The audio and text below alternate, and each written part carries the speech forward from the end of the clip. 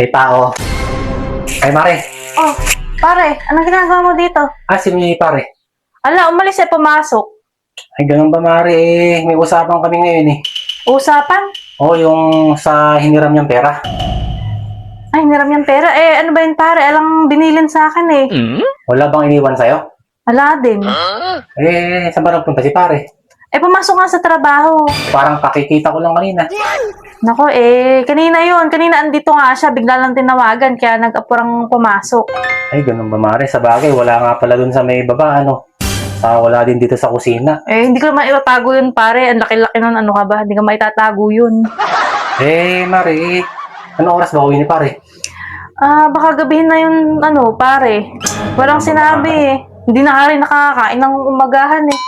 Kailangan ko yung pera eh. Siya nga pala, wala bang binilin sa'yo o iniwan na pera? Ala talaga pare, alam binanggit. Dumiretso lang dun sa trabaho niya. Ang bilis niyang gumayak eh. Tinawagan kasi. Kaalis-alis lang ba? Oo, hindi pa kayo nagkaabot. Sige Marit, baka maabutan ko, alis mo. Teka lang pare, teka lang. Bakit? Ganito kasi yung totoo kasi may iniwan sa akin si pare na pambayad sa'yo. Iniwan naman pala Mari sa'yo. Akin na, gagamitin ko. Yun nga pare, naipambayad ko sa parcel ko eh. Ay, ganun ba Mari? Ba't pinambayad mo Mari? Binilin pala sa'yo iniwan yung pera para sa akin. Hindi niya kasi alam na may parcel ako. Magagalit kasi sa akin yun pagka nalaman na may babayaran. Nagtitipid kasi kami ngayon eh. Magkano ba yung parcel na yun?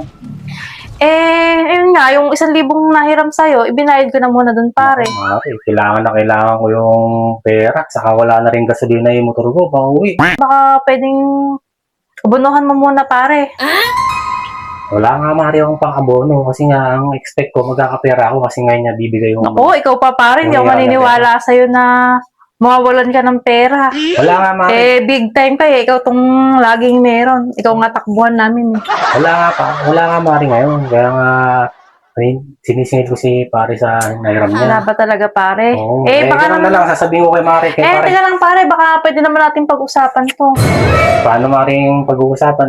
Ginastos mo na, pinambayad mo na sa Shopee mo. Hindi na. Tatawagan ko na lang Teka lang pare, wag na. Sabihin ko, Hindi na, teka lang, pag-usapan natin to pare. Ano na lang? Papatungan ko na lang.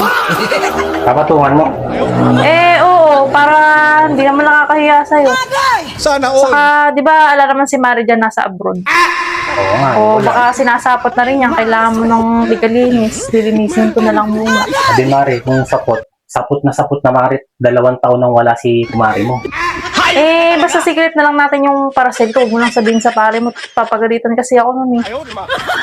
Kung papatungan mo Mari, baka magalit si Gumbari sa akin yan. Kaya huwag mo lang sabihin. Kung papasukin ko yung stock room mo, baka magalit si... Kaya huwag mo na nga rin sabihin, pare, ikaw naman eh. So nice. Sige Mari, wala namang problema doon. Para lang makabayad ako dun sa utang niya sa'yo. Hindi kaya Mari ako lugi doon? Papakainin na rin kita. Saka ilang patong ba yung gusto mo para mabayaran yun? Kahit isa lang. Kahit isa lang muna. Isa lang muna. Papakain mo ko. Oo, kasi nga di ba hindi na kumain yung pare mo, naiwan yung pagkain, sayang naman kung walang kakain. Nakaligo ko pa naman. Ako na lang kakain, Mare. Oo pare, kung okay lang sa'yo para... Baka hanapin ni pare yung pagkain niya pag uwi niya.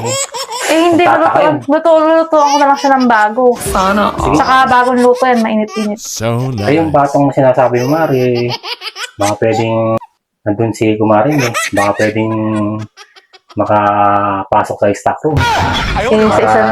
Di ba magkano ba yung utang sa'yo? Di ba 1,000 yung utang sa'yo? 1,000. Ganito na lang. Basta kada may parcel ako, ikaw magbabayad. Wala naman maring problema dun sa parcel. Sabi na big time pa talaga pare Huwag naman yung masyadong hindi naman depende lang naman pag nagbigay yung pare mo. Ganun ba Mari? Talagang si Saka minsan lang naman eh. Talagang si pare tinitipid ka. Kung gusto mo naman dalasan, okay lang din.